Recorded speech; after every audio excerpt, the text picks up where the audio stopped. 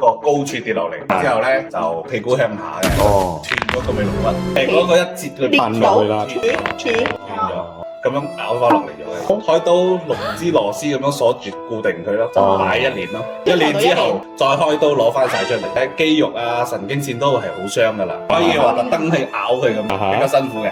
好彩冇彈啫。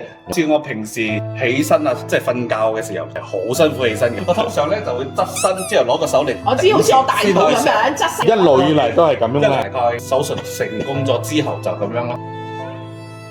之後咧，我戴咗呢個能量手鏈，佢教我啊，我教佢啊，遇到佢都係佢教我咁樣戴啦，就呢個先。之後咧就接一接，就咁樣瞓住啦，就瞓咗成晚。然之後咧半夜起身係唔需要咁樣側身上，係直接咁樣就可以上到嚟啦。第一次做就有呢個效果啦。哦，第一晚就已經咁樣做啦。上嚟嘅時候，你做咩咁輕鬆嘅？哇！呢樣嘢真係真啊！你用嘅時候真係呢樣嘢真係好型啊！呢樣嘢真係。嚟個。了解更多及親身體驗產品的真實效果，歡迎關注我們，然後點讚、收藏和分享給身邊的人。